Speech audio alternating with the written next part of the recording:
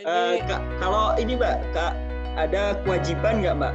Kalau di sana S2 harus publish, S3 harus publish atau cukup tesis?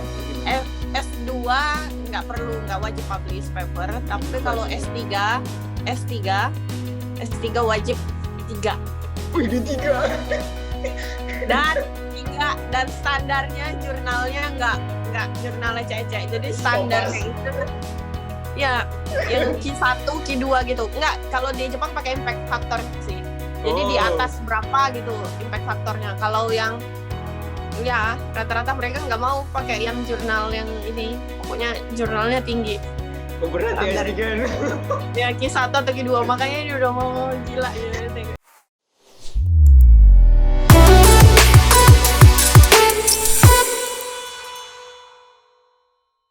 Apa? Ya. Ini sudah S2. Kenapa mau S3, Mbak? Kenapa mau S3 itu apa ya? Hal yang dipikirin. Aduh. Apa ya? Salah satunya tuh sebenarnya karena kalau pulang ke Indonesia tuh nanti kalau saya cuma tamatan S2, kalaupun jadi dosen kayak nanggung gitu. Kan jadi kalau pulang ke Indonesia ya nanggung aja gitu. Nanti kalaupun ngajar jadi dosen di Indonesia kan di Indonesia kayak sekarang udah mulai diwajibkan S3. Jadi nanti lanjut S3 lagi jadi kayak apa ya? Buang-buang waktu gitu. Jadi sekaligus saya di sini ya. Kemudian karena di sini pun S3-nya gratis, saya pikir ya udah kenapa enggak gitu, diambil kesempatan untuk ngambil aja langsung S3-nya gitu.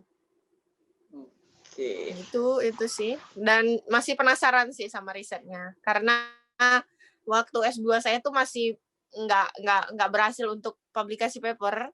Padahal waktu itu saya udah nemukan senyawa baru untuk dipublikasi.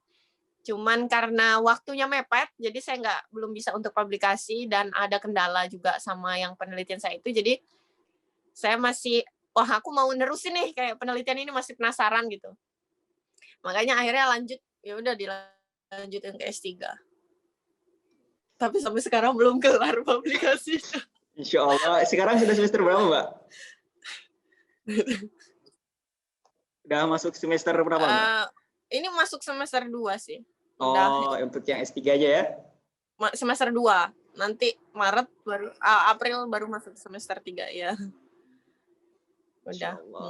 Udah tahun pertama D1 masuk. Berarti untuk yang S3 aja di tempat yang sama ya, Mbak? Di universitas yang sama ya? Karena dosen sama, yang saat S2 itu menawarkan gitu ya, Mbak? Oke, kalau ini Mbak, apa sih kendala paling berat Mbak selama hidup di Jepang Mbak dan saat menjalani kuliah di sana gitu? Ada nggak kendalanya Mbak dulu di awal atau sampai saat inilah?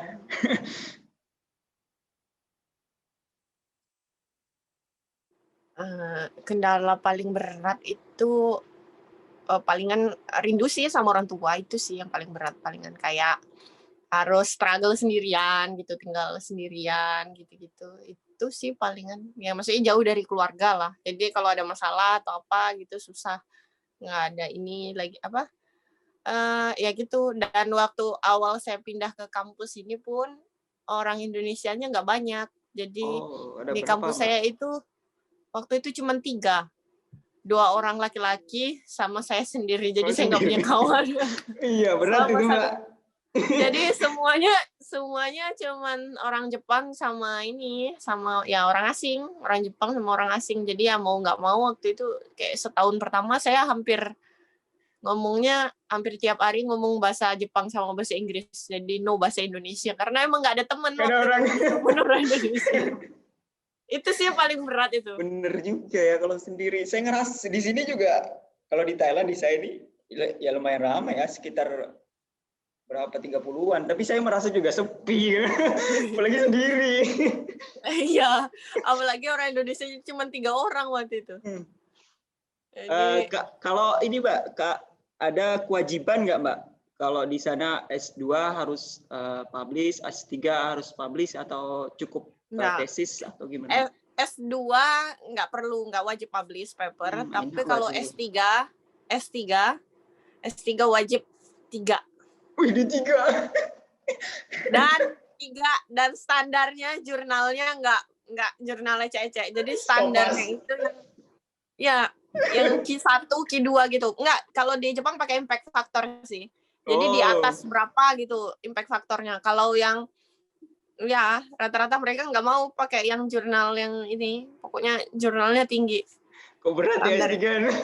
Ya Q1 atau Q2, makanya ini udah mau gila ya. Susah banget itu. Berat banget Mbak itu kalau 3 itu. Berarti kalau S2 nih, kalau nggak ada kewajiban ya, berarti enak lah. Tapi apa itu hanya jurusan Mbak atau di kampus yang lain memang rata-rata kalau S2 nggak ada? Nggak ada memang. Kayaknya di Jepang untuk ini nggak ada sih. Nggak ada kewajiban untuk wajib publish paper, nggak ada. Untuk S2. Berubah tapi kalau dia tergantung profesor juga. Kadang ada beberapa profesor yang ini. Karena kalau udah masuk S2, S3 itu udah kayak kebijakan penuh profesor sih. Malah kampus itu kayak ngikut. Kalau udah ACC kata profesor, kampus tuh bakal ACC. Iya benar. Saya waktu itu bahkan tidak memenuhi syarat sebenarnya. Kalau dibilang ini karena kan wajib wajib bahasa Jepang level sekian itu sebenarnya ada sebenarnya. Tapi profesor udah jamin saya ke kampus, jadi saya bisa bimbing anak ini. Jadi ya udah orang kampus kalau udah profesor menerima oke, orang kampus ya udah oke sih.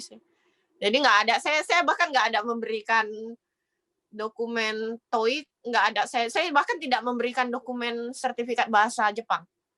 Karena profesor nggak minta. Jadi kata profesor ya. Iya, profesor, karena itu ini. Dan itu profesor juga yang ngurus semua dokumennya. Jadi saya cuma isi, kata profesor, ini saya kirimkan dokumennya, kamu isi, terus ini. Ya itu, semua udah ini. Itu sih enaknya udahnya di Jepang. Enak itu, enak banget teman-teman. Jadi kalau misal teman-teman ingin kuliah di S2 di Jepang, sepertinya enak ya, karena nggak ada kewajiban publish tadi. Nggak tahu ya kalau kampus lain ya, terutama kampusnya Mbak kan, berarti kita ya nggak terlalu tertekan lah. Tapi S3 tertekan sekali. Ya, S3 ini 3. Mohon maaf, nggak sanggup akunya. S3 3 publish paper. Oke. Makanya sekarang kita mau tanya Mbak terkait tentang kita kan Muslim ya. Terus kalau makan, terus kalau masjid di sana jauh nggak Mbak? Oh ya, masjid kalau yang daerah saya itu ada namanya Toyama Muslim Center. Jadi di sana juga mereka ada jual makanan halal. Masjid ada beberapa, tapi masjidnya seperti bangunan gitu, jadi kayak gedung gitu, tapi bisa sih untuk dipakai. Kami kadang sholat hari raya di sana. Untuk yang laki-laki sholat Jumat juga di sana. Berapa jadi ada menit Mbak dari situ? Kalau pakai motor atau pakai apa Mbak dari situ? Pakai kereta. Oh, kereta. 10 menitan lah, 10-15 menitan lah. Tapi ya kereta cepat itu ya. Nggak pakai kereta biasa, kereta biasa, kereta. Berarti kalau terkait makanan bisa lah ya, nggak terlalu sulit ya Mbak? Ada. Kalau makanan nggak ini. Lagian bisa beli online, daging halal, apa halal semua banyak. Toko-toko online Indonesia di Jepang banyak yang bisa beli makanan halal. Semua yang itu halal ada. Oke, sip. Apalagi nih, saya mau tanya lagi. Jadi ini sudah lumayan lama juga Mbak. Udah mau hampir 1 jam ternyata. Masa? Iya. Oh, iya. Oke. Ini Mbak, kita mau tanya tentang gimana perbedaan rasanya kuliah di Jepang dengan di Indonesia. Yang Mbak rasakan lah, karena tentunya ini jawaban personal berbeda-beda. Iya. Ya, gimana Mbak? Kalau untuk S2 ya jujur ya, jauh lebih enak di Jepang. Kalau kuliah S2 itu jauh lebih enak di Jepang. Jadi S2 di nggak tahu sih, tapi bandingan kuliah S2 di Jepang dengan S1 di Indonesia gitu kan.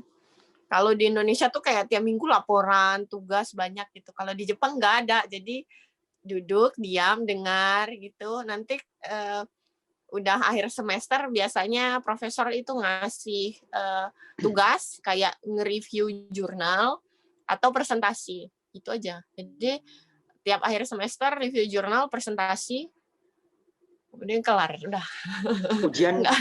Ujiannya pakai bahasa Jepang, Mbak? Nulis gitu, terus presentasi pakai bahasa Jepang atau bahasa Inggris, Mbak? Saya mix. Jadi jadi gini. Jadi ada beberapa profesor yang tahu saya bisa bahasa Jepang, dia suruh saya pakai bahasa Jepang. Tapi ada beberapa profesor juga yang kalau seandainya laporan tertulis, saya mintanya dalam bahasa Inggris. Cuman kalau presentasi saya kadang minta dalam bahasa Inggris, kadang saya minta dalam bahasa Jepang. Tapi beberapa profesor sih dia bilang, oh kamu nggak apa-apa pakai bahasa Inggris aja untuk ngasih laporannya gitu. Jadi saya kasih laporan kebanyakan dalam bahasa Inggris. Tapi ada beberapa tugas akhir juga yang saya tulis dalam bahasa Jepang. Waduh, nulisnya itu loh, aku bayangin huruf-hurufnya.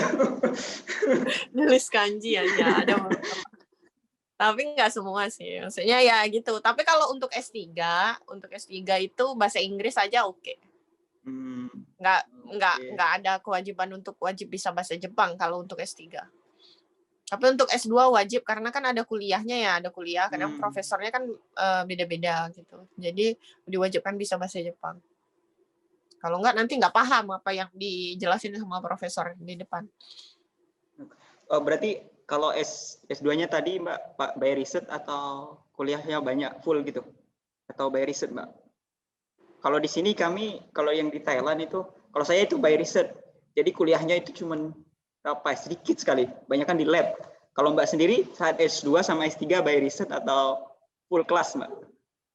Iya, by riset. Jadi kita tuh sama juga. Jadi kayak lebih banyak di labor sih. Jadi kayak seharian tuh bisa dibilang seharian itu di labor. Terus kuliah itu paling seminggu 2 atau 3 kali sih, nggak banyak masuknya. Dan itu pun sebentar ya, paling ya 45 menit gitu duduk diam dengar. Dan itu pun bukan yang kita kayak di Indonesia ya, nanti seminggu ini kumpulin laporan ini, kemudian tugasnya di laporan ini, terus. Kalau sini nggak banyak, makanya seneng S2 di Jepang. Jadi kayak tugas nggak banyak, sampai saya heran, kok di Indonesia banyak kali ya kasih tugas gitu, kok di sini profesornya nggak kasih tugas. Saya tuh udah berapa gitu kan, waktu 3 bulan kuliah saya heran, kok nggak dikasih tugas ya, kok saya cuma duduk gitu, duduk diam dengar gitu. Sampai udah di tugas semester akhir kan, setelah 6 bulan gitu kan, baru akhirnya profesor, ini nanti kumpulkan tugas ya ini di akhir ini. Dan itu pun mereka kasih waktunya lama gitu, kayak ada yang sampai kasih rentang waktu 1 bulan, ada yang sampai rentang waktu 2 minggu, 3 mingguan gitu.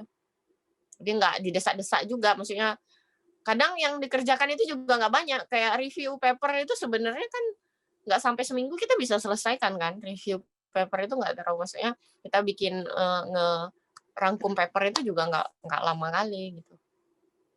Tapi di Jepang mereka bahkan kasih waktunya lama gitu, jadi masih oke gitu, santai. Jadi kerja kuliahnya nggak terlalu berat. Tapi riset mungkin di labor ya berat, capek. Karena kan di labor kerjaan capek itu, kadang sampai malam di labor. Ya.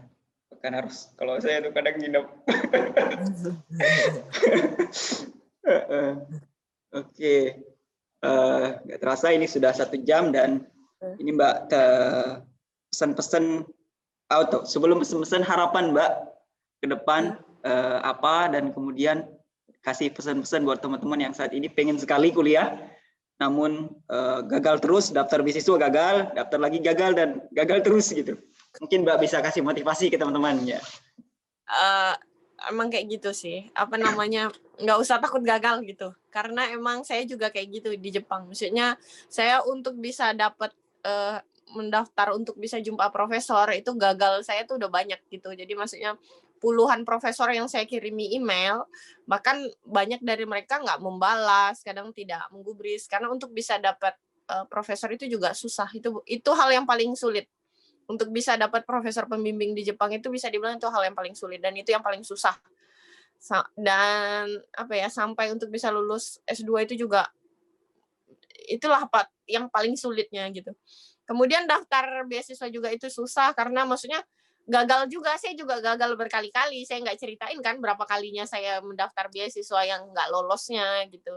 Sampai akhirnya saya lolos beasiswa itu gitu. Karena kan banyak beasiswa itu yang didaftar itu banyak. Tapi yang lulus cuma beberapa gitu. Dan sampai sekarang pun saya masih gagal untuk daftar beasiswa S3 ini, masih berapa kali saya udah gagal. Nggak tembus dapat beasiswa yang untuk S3-nya.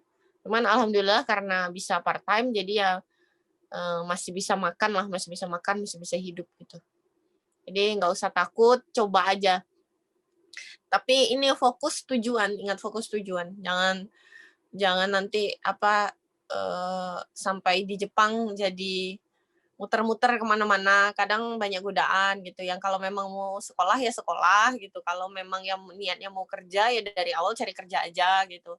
Kalau memang fokus, karena kebanyakan orang gagal itu bukan karena mereka nggak berhasil, tapi karena mereka nggak fokus sama apa yang mereka mau gitu. Jadi kayak ya kebanyakan sih orang kayak gitu. Jadi gampang berubah. Jadi itu sih yang bikin hidup kita gagal. Di mana-mana sih itu. Ya kalau memang mau kerja, fokus kerja. Kalau memang mau kuliah, fokus kuliah. Satu-satu gitu yang dipegang. Itu sih ini saya. Karena saya lihat juga banyak junior-junior, banyak teman-teman saya yang menurut saya kok sayang banget gitu. Kayak banyak dari mereka yang tapi karena fokus mereka yang berubah ketika keadaan, wah saya berat nih, nggak bisa nih saya ini gitu, terus berubah gitu. Jangan sampai kayak gitu. Oke, itu sih. Terima kasih, sangat menginspirasi sekali bagaimana perjuangan Mbak Feviana dari keberaniannya untuk pergi ke Jepang, bahkan belum keterima beasiswa namun berani berangkat, hingga kemudian saat ini kuliah S3 di Jepang gitu. Nah, itu saja diskusi kita, bincang santai kita malam hari ini, dan sepertinya di sana juga sangat malam ya. Kayaknya sudah jam berapa di situ, jam 10 ya, Mbak? Beda 2 jam kayaknya. 10 apa jam 9 kayaknya. Jam 9. Ya. Baik, itu jangan saja. Lupa subscribe YouTube saya. Jangan lupa untuk subscribe YouTube-nya Mbak Feviana dan juga YouTube saya. Jangan lupa untuk di-subscribe. Dan kalau ada pertanyaan, nanti teman-teman bisa komen ya, bisa komen. Mungkin ada yang penasaran, nanti bisa komen di YouTube ini ataupun di YouTube-nya Mbak Feviana. Itu saja dari kami, semoga bermanfaat sharing pada malam hari ini. Salam sahabat pejuang beasiswa. Coba ikut Mbak. Salam sahabat pejuang beasiswa. Oke, terima kasih Mbak Feviana sudah meluangkan waktunya di tengah kesibukannya. Salam dari Thailand dan semoga tetap semangat dan semoga sehat. Itu saja, mari kita tutup diskusi kita pada malam hari ini dengan hamdalah. Alhamdulillahirabbil alamin. Assalamualaikum warahmatullahi wabarakatuh. Waalaikumsalam warahmatullahi wabarakatuh. Terima kasih Mbak. Ya, boleh. Sama-sama.